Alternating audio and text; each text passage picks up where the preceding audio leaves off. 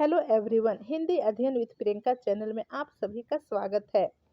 आज का टॉपिक है आकाशदीप कहानी। यूनिट 7 में लगे कहानी यूजीसी नेट का यूनिट 7 में लगे कहानी एक 1 बाय 1 करके हम लोग पढ़ रहे हैं। आज पढ़ेंगे आकाशदीप कहानी। इसका लेखक कौन है? तो जयशंकर प्रसाद है।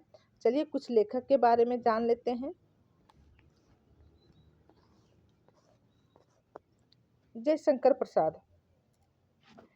प्रसाद का जन्म 30 जनवरी 1889 में हुआ और निधन कब होता है? तो 15 नवंबर 1937 में।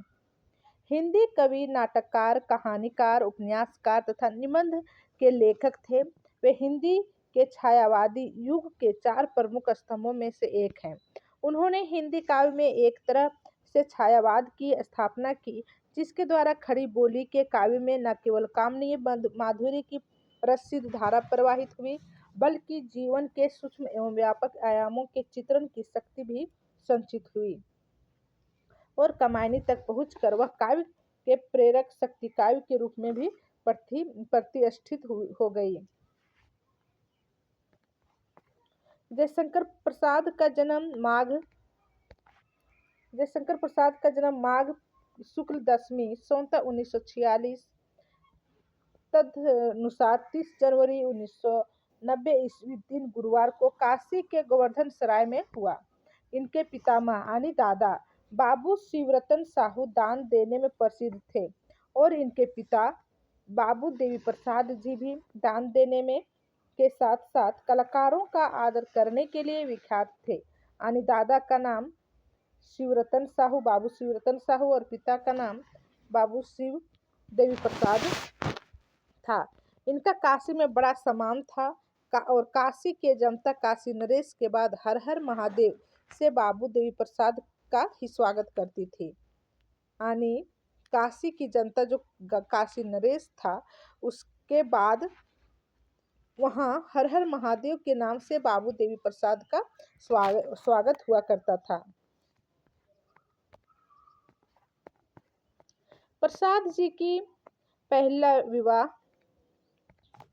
1909 ईस्वी में विंध्यवासिनी देवी के साथ हुआ। क्या नाम है? विंध्यवासिनी देवी। उनकी पत्नी का क्षय रोग था। सन 1916 में विंध्यवासिनी देवी का निधन हो गया। यानी 9 में शादी होता है और 1916 में उसका निधन हो जाता है। उसी समय से उनके घर में क्षय रोग का कीटाणु प्रवेश कर गए थे।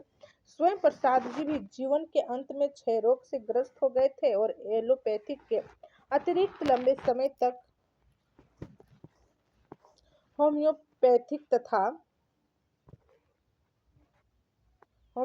तथा कुछ समय आयुर्वेदिक चिकित्सा का सहारा लेने के बावजूद इस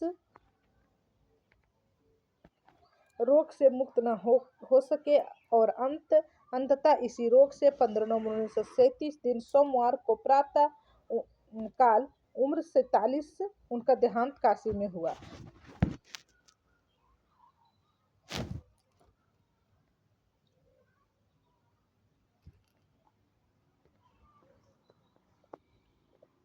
प्रसाद का कुछ प्रकाशित कृतियां देखते हैं। काव्य जो इम्पोर्टेंट महत्वपूर्ण इसकी कृतियां हैं उसके बारे में देखेंगे, पढ़ेंगे।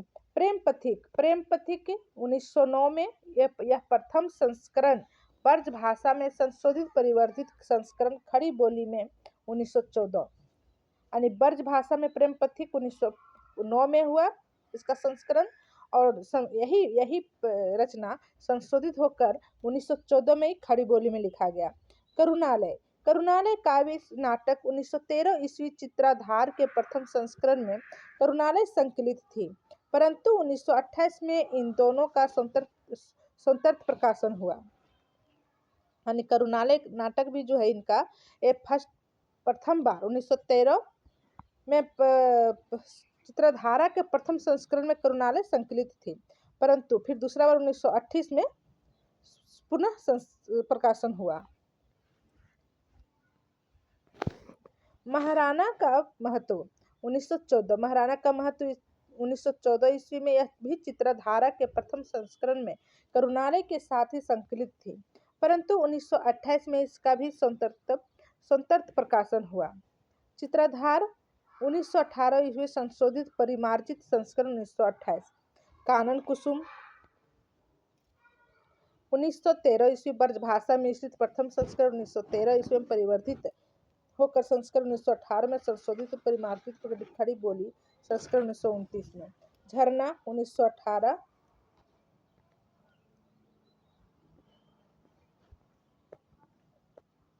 आंसू 1925। लहर 1935।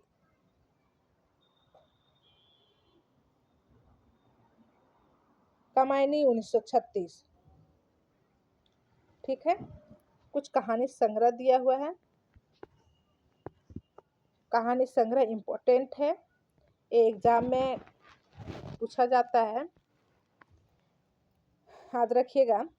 छाया 1912। प्रतिध्वनि 1926। आकाशदीप 1929। आंधी 1931 और इंद्रजाल 1936। ये सीरियल करने भी आता है और तो कभी पूछ देता है कि प्रतिध्वनि कहानी संग्रह किसका है, आंधी कहानी संग्रह किसका है, इसलिए याद रखिएगा। उपन्यास, इन्होंने 3 उपन्यास लिखे, ज्यादा उपन्यास इनका नहीं है। कंकाल 1929 में। तितली 1934 में। इरावती 1938 में। ऐतिहासिक पृष्ठभूमि पर लिखित जयशंकर प्रसाद का तीसरा और अपूर्ण उपन्यास है, जिसका प्रकाशन सन 1938 में भारती भंडार इलाहाबाद से हुआ था। इरावती अपूर्ण उपन्यास है इसका। नाटक, एकांकी एवं निबंध।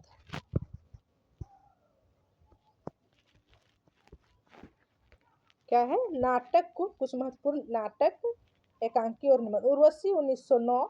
सजन 1910। कल्याणी परिणय 1912 और प्रायश्चित 1914। राजश्री 1915। विशाखा 1921। अजातशत्रु 1922। जन्मेजय का नागयज्ञ 1926।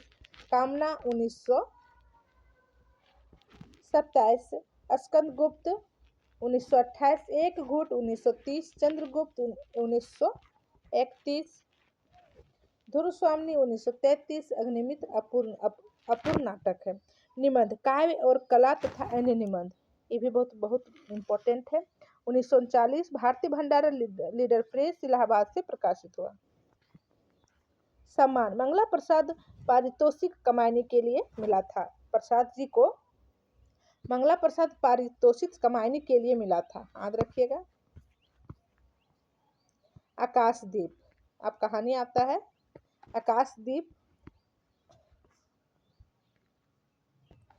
आकाशदीप कहानी 1929 में लिखा गया।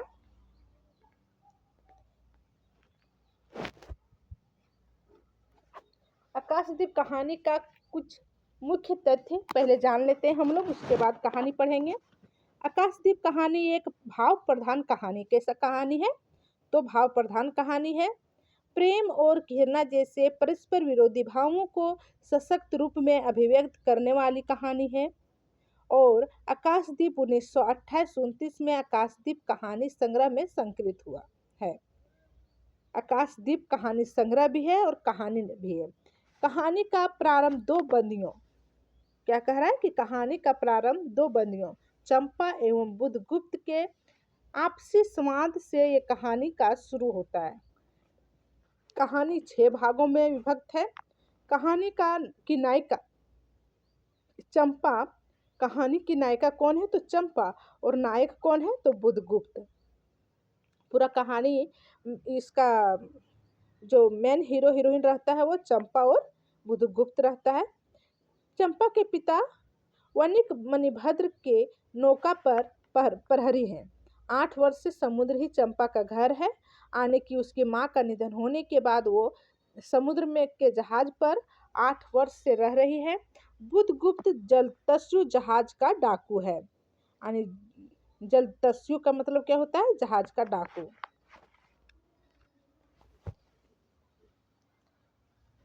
कहानी का प्रकाशन वर्ष 1929 में हुआ। प्रकाशन पत्रिका कहानी संग्रह, आकाशदीप कहानी संग्रह से।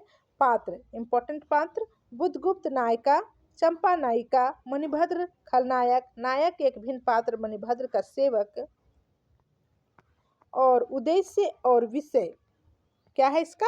तो कर्तव्य और प्रेम के अंतर्द्वंद से जूझती चंपा द्वारा संपूर्ण जीवन कर्तव्य के लिए समर्पित करने वाली कहानी है ये। चलिए अब कहानी पढ़ते हैं। कहानी एक, भाग एक। बंदी। क्या कर रहा है? बंदी। क्या है? सोने दो। मुक्त होना चाहते हो? अभी नहीं, निंद्रा खुलने पर। चुप रहो, फिर अवसर न मिलेगा। बड़ा शीत है, कहीं से एक कंबल डालकर कोई शीत से मुक्त करता। आंधी की संभावना है, यही अवसर है। आज मेरे बंधन शिथिल हैं। तो क्या तुम भी बंदी हो? हाँ, धीरे बोलो। इस नाव पर केवल 10 नाविक और प्रहरी हैं। शस्त्र मिलेगा? क्या कह रहा है? शस्त्र मिलेगा?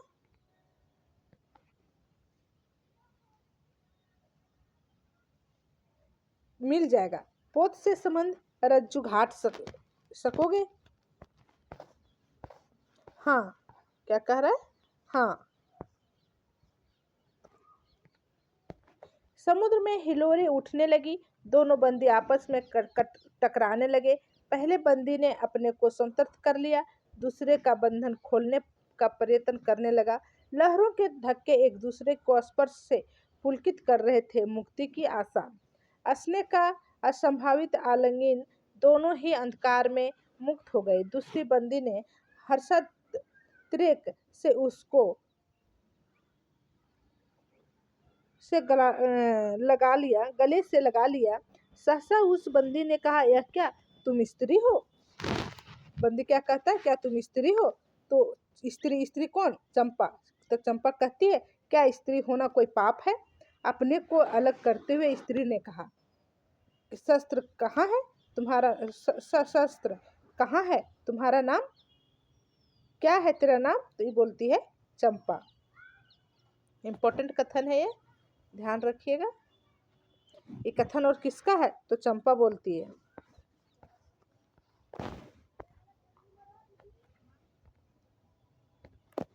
चंपा बोलती है, तारक खचित नील बंबर और समुद्र के आकाश में पवन उधम मचा रहा था। अंधकार से मिलकर पवन दुष्ट हो रहा था। समुद्र में आंदोलन था। नौका लहरों में विकल थी। स्त्री सतर्कता से लुढ़कने लगी। एक मतवाले नाविक के शरीर से टकराती हुई सावधानी से उसका कृपान निकालकर फिर लुढ़कते हुए बंदी के समीप पहुंच गई। सहसा पोत से पत्र प्रदर्शक से चिल्लाकर कहा, आंधी आंधी। आपत्ति सूचक तुरंत बजने लगा।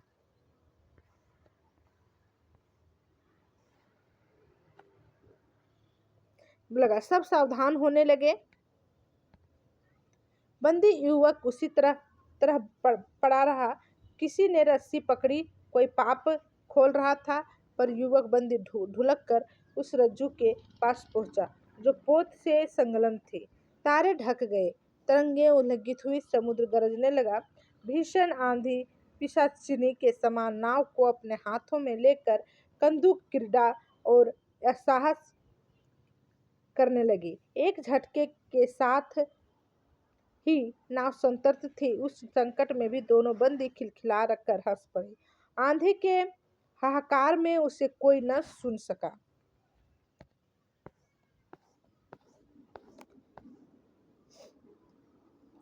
भाग 2। अनंत जलनिधि में उषा का मधुर आलोक फूट उठा। सुनहली किरणों और लहरों का कोमल सृष्टि मुस्कुराने लगी। सागर शांत था। नायकों ने देखा, पोत का पता नहीं, बंदी मुक्त है। नायक ने कहा, बुद्धगुप्त, तुमको मुक्त किसने किया? कृपान दिखाकर बुद्धगुप्त ने कहा, इसने। नायक ने कहा, तो तुम्हें फिर बंदी बनाऊंगा। नायक क्या कहता है? तुम्हें फिर बंदी बनाऊंगा। किसके लिए? पोताध्यक्ष मणिभद्र अतल जल में होगा नायक। अब इस नौका का स्वामी मैं हूँ। तुम जलतस्यु बुधगुप्त, तुम जहाज के डाकू बुधगुप्त कदापि नहीं। चौंक कर नायक ने कहा और अपना कृपाण टटोलने लगा। चंपा ने इसके पहले उस पर अधिकार कर लिया था। वह क्रोध से उछल पड़ा। तो तुम द्वंद्व युद्ध के लिए प्रस्तुत हो जाओ, तो जो विजयी होगा वह स्वामी होगा। इतना कहकर बुधगुप्त ने कृपाण देने का संकेत किया। चंपा ने कृपाण नायक के हाथ में दे दिया। भीषण घात प्रतिघात आरंभ हुआ। दोनों कुशल, दोनों त्वरित गति वाले थे। बड़ी निपुणता से बुधगुप्त ने अपना कृपाण दांतों से पकड़कर अपने दोनों हाथ संतर्त कर लिए। चंपा भय और विस्मय से देखने लगी। नाविक प्रश्न हो गए, परंतु बुधगुप्त ने